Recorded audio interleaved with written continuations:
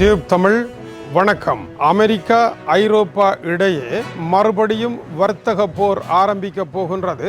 இன்று காலை டொனால்ட் ட்ரம்பிற்கும் ஐரோப்பிய ஒன்றியத்திற்கும் இடையே வெடித்திருக்கின்ற போர் சாதாரண போர் அல்ல, எரிமலையாக வெடித்திருக்கின்றது. ஐரோப்பிய ஒன்றியமும் அமெரிக்காவும் செய்து கொண்ட ஒப்பந்தத்தின்படி வரும் ஜூலை மாதம் இந்த வர்த்தக ஒப்பந்தம் இருதரப்பிற்கும் இடையே கைச்சாத்தாக இருந்தது. இந்த ஒப்பந்தத்தில் குறிக்கப்பட்ட விடயம் ஐரோப்பாவிற்கு டொனால்ட் ட்ரம்ப் விதித்த வரியை 15% குறைப்பது என்று இணக்கப்பாடு காணப்பட்டிருக்கின்றது.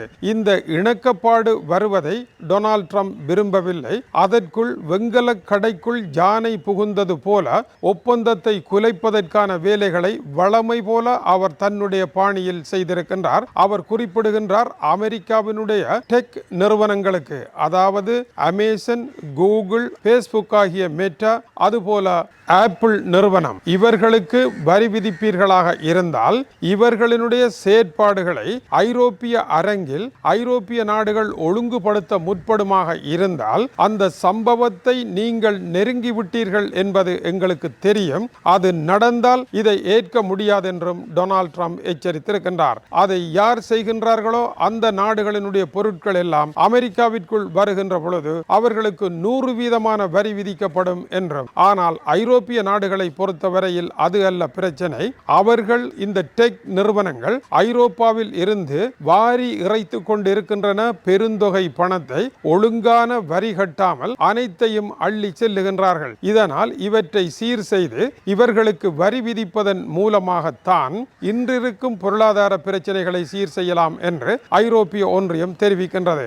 ஆனால் அமெரிக்க அதிபரை பொறுத்தவரையில் இதுவரை வரி விதிக்காத நீங்கள் இப்பொழுது வரி விதிக்கின்ற காரணத்தினால் அது தவறானது, அதை ஏற்க முடியாதது, அது ஒரு மோசடி என்று குறிப்பிடுகின்றார். எனவே அவரை பொறுத்த வரையில் வரி என்பதை அவரினால் ஏற்றுக்கொள்ள முடியாமல் இருக்கின்றது. ஐரோப்பிய ஒன்றியத்தினுடைய செய்தி தொடர்பாளர் இது பற்றி கூறுகின்ற பொழுது, இதே டெக் நிறுவனங்கள் அமெரிக்காவில் வளராமல் ஐரோப்பாவில் வளர்ந்து இத்தனை பெருந்தொகை பெறுமதியான பணத்தை வாரி கொட்டுகின்றார்களாக இருந்தால் அவர்கள் அமெரிக்காவில் இருந்து பணத்தை கொண்டு வர டொனால்ட் ட்ரம்ப் விடுவாரா என்ற கேள்வியை எழுப்புகின்றார்கள்.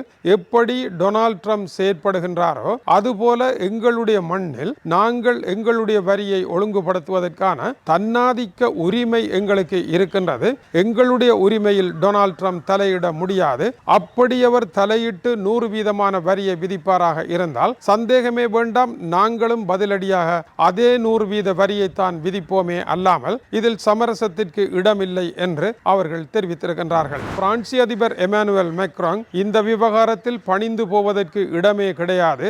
அமெரிக்கா எதிர்த்தால் அமெரிக்கா எதிர்க்கின்ற அதே கோணத்தில் நாங்களும் எதிர்ப்போம் என்று தெரிவித்திருக்கின்றார். டிஜிட்டல் சர்வீஸ் டாக்ஸ் என்ற அடிப்படையில் ஒரு புதிய வரி வர இருக்கின்றது. இந்த நிறுவனங்கள் உழைக்கின்ற வருமானத்திற்கு. இந்த நிறுவனங்களினுடைய உற்பத்தி பொருட்கள் ஐரோப்பாவில் ஐரோப்பிய பொருட்களை விட மிகப்பெரிய அளவில் விற்பனையாகி கொண்டிருக்கின்றன. ஆனால் வரிகள் ஒழுங்காக கட்டப்படாமல். எனவேதான் ஐரோப்பிய ஒன்றியம் திடீரென விழித்திருக்கின்றது. இன்றைய டெக் நிறுவனங்கள் அமெரிக்காவிற்கு மிகப்பெரிய வருமானத்தை தந்து கொண்டிருக்கின்றன.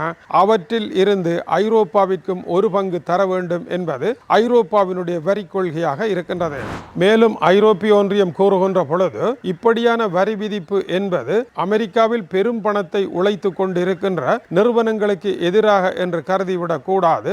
உலகம் முழுவதிலும் உள்ள நிறுவனங்களுக்கான பொதுவான ஒரு நிலைப்பாட்டை தான் நாங்கள் எடுத்திருக்கின்றோமே அல்லாமல் அமெரிக்காவிற்கு ஒரு வரி மற்ற நாடுகளுக்கு வரி இல்லை என்று கருதிவிட வேண்டாம் என்றும் குறிப்பிடுகின்றார்கள். எனவே டொனால்ட் ட்ரம்ப் இப்பொழுது குழப்பத்தை ஏற்படுத்தி இருப்பதற்கான காரணம், ஜூலை மாதம் 4ஆம் தேதி எழுதப்பட இருக்கின்ற ஒப்பந்தத்தில் டொனால்ட் ட்ரம்பிற்கு வாய்ப்பில்லாத இடங்கள் இருப்பதை அவருடைய காதில் யாரோ போட்ட காரணத்தினால் இந்த குழப்பத்தை அவர் உருவாக்கி இருக்கின்றார் என்பது தெரிந்தது. இதற்கான பதிலடி எப்படி இருக்கும் என்று காரசாரமான ஒரு பதிலடியை கொடுக்காவிட்டால் டொனால்ட் ட்ரம்ப் அந்த வழியிலேயே செல்வார் என்பதும் ஐரோப்பா அறியாத ஒன்று அல்ல.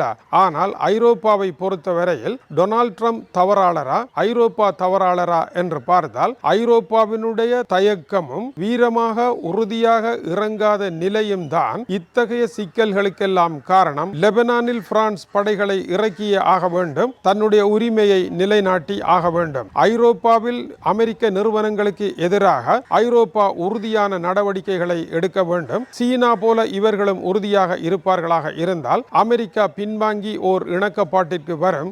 எப்படி உறுதியாக இருந்து சீன அதிபர் ஜி ஜின்பின் வெற்றி பெற்றாரோ அதுபோல வெற்றி பெறுவதற்கான தலைமைத்துவ தகுதியை ஐரோப்பா வளர்த்து கொள்ள வேண்டும் என்பதும் இங்கு கூர்ந்து கவனிக்கப்பட வேண்டிய விடயமாகும். அதேவேளை இப்பொழுது ஐரோப்பாவில் மிக மோசமான வெப்பம் காணப்படுகின்றது. 60,000 கிலோமீட்டர் தொலைவில் நிற்கின்ற சட்டலைட் ஒன்று எடுத்து வெளியிட்டிருக்கும் அபூர்வமான புகைப்படத்தில் ஐரோப்பாவினுடைய வான்பரப்பில் முகில்களையே காணவில்லை, வெட்ட வெளியாக காணப்படுகின்றது. சூரிய ஒளி எந்த தடையும் இல்லாமல் நேரடியாக இறங்கிக் கொண்டிருக்கின்றது. இதுதான் வெப்ப உயர்வின் காரணம் என்றும் தெரிவிக்கப்படுகின்றது. ஜெர்மனியில் வரலாறு காணாத பெருவெப்பம் ஏற்பட்டிருக்கின்றது.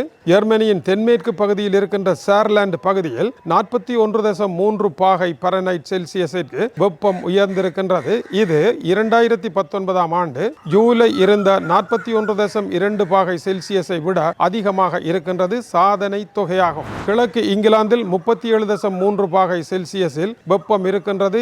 இதுபோல சுவிட்சர்லாந்து நாட்டின் சில பகுதிகளில் 38.8 பாகை செல்சியஸாக இருக்கின்றது. சுவிட்சர்லாந்து நாட்டில் இந்த நேர வெப்பம் கோடைகால அழகிற்கு விரோதமாகவும் இருக்கின்றது. ஐரோப்பா முழுவதும் ரெட் அலர்ட் விடுக்கப்பட்டு இருக்கின்றது இந்த வெப்பம் காரணமாக. எனவே அரசியலில் வெப்பம், பொருளாதாரத்தில் வெப்பம், காலநிலையில் வெப்பம் என்று எங்குமே வெப்பமான ஒரு சூழ்நிலையில் இன்றைய ஐரோப்பிய மேற்கு நாடுகள் உட்பட உலக நாடுகளினுடைய காலநிலையோடு இந்த செய்தியில் வெப்பம் முக்கியமான இடத்தை பிடித்திருக்கின்றது. தொடர்ந்து இணைந்திருங்கள். மேலும் சூடான செய்திகள் வந்து கொண்டிருக்கின்றன. இது டியூப் தமிழினுடைய உலக செய்திகளுக்காக இலங்கை வடபுலம் யாழ்ப்பாணத்தில் இருந்து கீசே துறை. வணக்கம் உறவுகளை.